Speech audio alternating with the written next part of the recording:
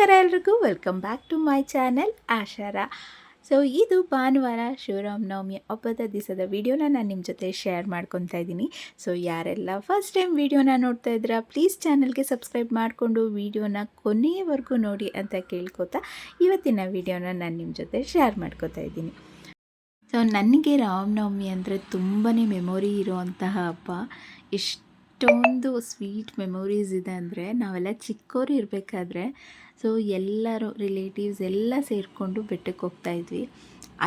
ಅಲ್ಲೇ ಅಡುಗೆ ಊಟ ಎಲ್ಲ ಪೂಜೆ ಎಲ್ಲನೂ ಅಲ್ಲೇ ಸೆಲೆಬ್ರೇಟ್ ಮಾಡ್ತಾಯಿದ್ದಿದ್ದು. ಮನೇಲಿ ಬೇಗ ಎಲ್ಲ ಎದ್ದು ಸ್ನಾನಗಳು ಮಾಡಿಕೊಂಡು ಪೂಜೆನ ಮಾಡಿ ಬೆಳಗ್ಗೆ ಬಿಸಿಲೇ ಇರಿದ್ರೆ ಬೆಟ್ಟ ಹತ್ತಕ್ಕಾಗಲ್ಲ ಅಂತ ಬೇಗನೆ ಮನೆ ಬಿಟ್ಬಿಡ್ತಾಯಿದ್ವಿ.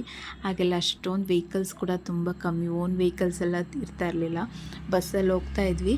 ಅದೊಂಥರ ಕಾಡು ದಾರಿ, ಅಲ್ಲಿಂದ ಕಾಡು ಮಧ್ಯೆ ಒಂದು ಬೆಟ್ಟ ಇರ್ತಾಯಿತ್ತು, ರಾಮರ ಬೆಟ್ಟ. ಸೊ ಹೋಗ್ತಾಯಿದ್ವಿ. ಊರಿಂದ ಕೂಡ ಎಲ್ಲರೂ ಬರ್ತಾಯಿದ್ರು, ರಿಲೇಟಿವ್ಸ್ ಎಲ್ಲರೂ ಜೊತೆಗೆ ಸೇರಿ ಸೆಲೆಬ್ರೇಟ್ ಮಾಡ್ತಾಯಿದ್ದಂಥ ಹಬ್ಬ ಅಂದರೆ ಅದು ರಾಮನವಮಿ. ತುಂಬಾ ಚೆನ್ನಾಗಿತ್ತು. ಎಲ್ಲ ಮಕ್ಕಳು ಸೇರ್ಕೊತ ನಮಗೆಲ್ಲ ಒಂಥರ ಖುಷಿ ಅಲ್ವಾ, ಎಲ್ಲರ ಜೊತೆ ಸೇರಿ ಆಟ ಆಡ್ಕೊಂಡಿರೋದು. ಸೊ ದೊಡ್ಡವ್ರಿಗೆಲ್ಲ ಅಡುಗೆ ಪೂಜೆ ಚಿಂತೆ ಆದರೆ ನಮ್ಗೆ ಆಟ ಆಡೋದೇ ಚಿಂತೆ ಆಗಿತ್ತು.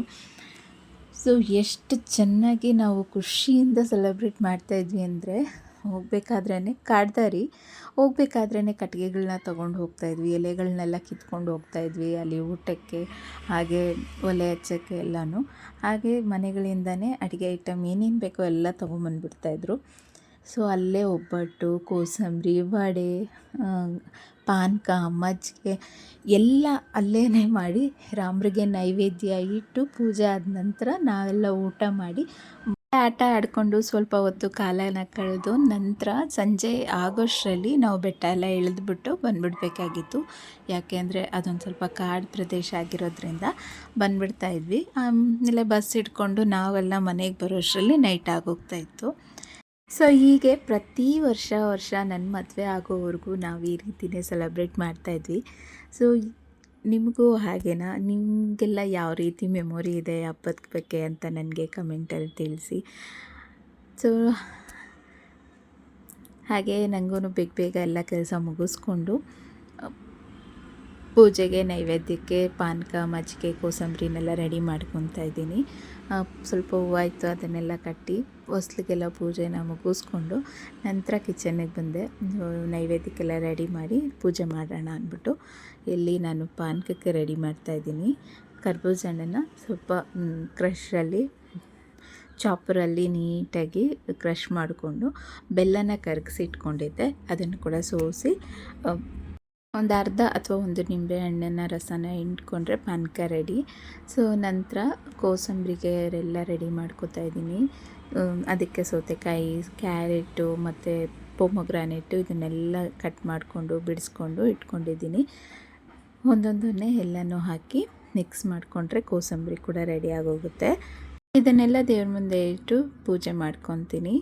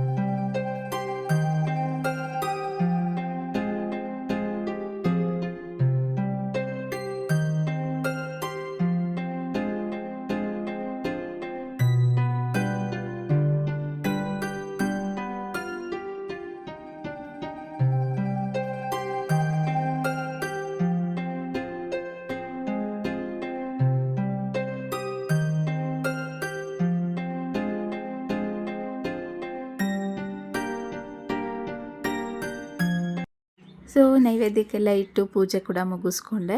ಹಾಗೆ ಮಧ್ಯಾಹ್ನ ಲಂಚ್ಗೆ ಅಂತಲೇ ಮುದ್ದಿನ ವಡೆ ಮತ್ತು ಪಲಾವ್ನ ಮಾಡ್ಕೋತಾ ಇದ್ದೀನಿ.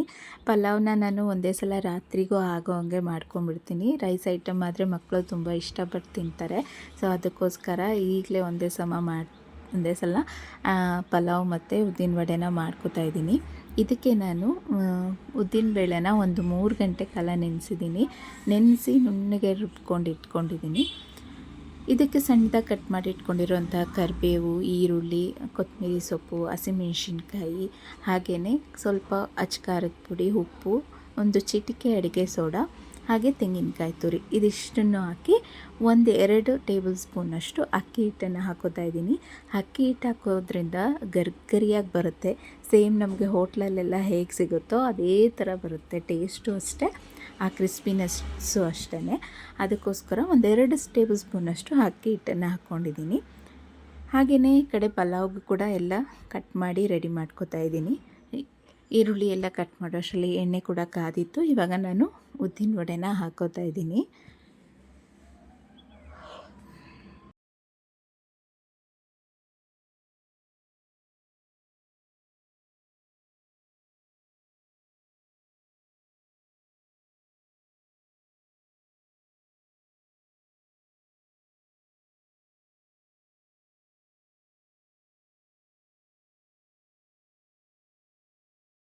ನಾವು ಅಕ್ಕಿ ಹಿಟ್ಟನ್ನು ಹಾಕೋದ್ರಿಂದ ಉದ್ದಿನ ವಡೆ ತುಂಬಾ ಕ್ರಿಸ್ಪಿಯಾಗಿ ಬರುತ್ತೆ.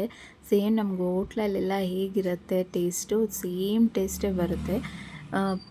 ಅಷ್ಟೇ ಕ್ರಿಸ್ಪಿಯಾಗೂ ಇರುತ್ತೆ. ತುಂಬ ಹೊತ್ತಾದ್ರೂ ಆ ಕ್ರಿಸ್ಪಿನೆಸ್ ಹಾಗೇ ಇರುತ್ತೆ, ಸಾಫ್ಟ್ ಆಗೋದಿಲ್ಲ ಬೇಗ ಉದ್ದಿನ ವಡೆ.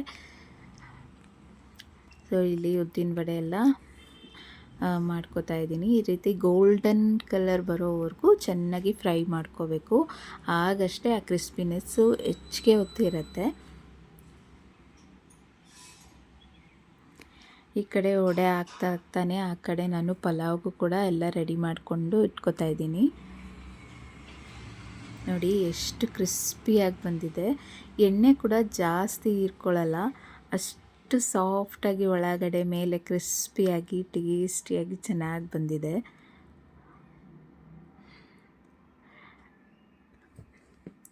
ಈ ಕಡೆ ಪಲಾವ್ ಕೂಡ ಎಲ್ಲ ರೆಡಿ ಮಾಡ್ಕೋತಾ ಇದ್ದೀನಿ.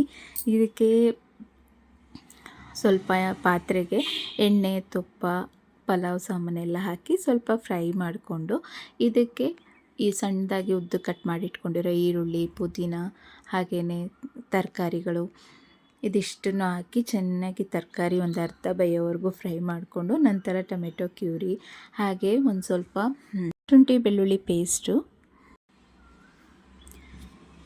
ಹಾಕಿ ಚೆನ್ನಾಗಿ ಫ್ರೈ ಮಾಡ್ಕೊಂಡಾದಮೇಲೆ ನಾನಿಲ್ಲಿ ತೆಂಗಿನಕಾಯಿ ಹಾಲನ್ನು ಹಾಕ್ಕೊಡ್ತಾ ಇದ್ದೀನಿ. 1 ಕಪ್ಪಷ್ಟು ತೆಂಗಿನಕಾಯಿ ಹಾಲು, ಅಕ್ಕಿ ಇದಿಷ್ಟನ್ನು ಹಾಕಿ ಒಂದು ಅರ್ಧ ನಿಂಬೆ ಹಣ್ಣಿನ ರಸನ ಹಾಕಿ ಲಾಸ್ಟಲ್ಲಿ ಸ್ವಲ್ಪ ಕೊತ್ತಂಬರಿ ಸೊಪ್ಪು ಹಾಕಿ ಚೆನ್ನಾಗಿ ಮಿಕ್ಸ್ ಮಾಡಿಕೊಂಡು ಒಂದು ತಟ್ಟೆನ ಕ್ಲೋಸ್ ಮಾಡಿಕೊಂಡ್ರೆ ಬಿಸಿ ಬಿಸಿ ಪಲಾವ್ ರೆಡಿ ಆಗೋಗುತ್ತೆ. ಸೊ ಇದಕ್ಕೆ ಸೌತೆಕಾಯಿ ಈರುಳ್ಳಿ ರಾಯ್ತ ಮಾಡ್ಕೊತಾ ಇದ್ದೀನಿ. ಸೊ ರಾಮನವಮಿ ಹಬ್ಬದ ಸ್ಪೆಷಲ್ ಅಡುಗೆ ಎಲ್ಲ ರೆಡಿ ಆಯಿತು. ಸೊ ಇವತ್ತಿನ ವಿಡಿಯೋ ನಿಮ್ಮೆಲ್ಲರಿಗೂ ಇಷ್ಟ ಆಗಿದೆ ಅಂತ ಅಂದ್ಕೊಂಡಿದ್ದೀನಿ. ಇಷ್ಟ ಆಗಿದ್ದರೆ ಒಂದು ಲೈಕ್ ಮಾಡಿ, ಶೇರ್ ಮಾಡಿ. ವಿಡಿಯೋನ ಕೊನೆಯವರೆಗೂ ನೋಡಿದ್ದಕ್ಕೆ ಥ್ಯಾಂಕ್ ಯು.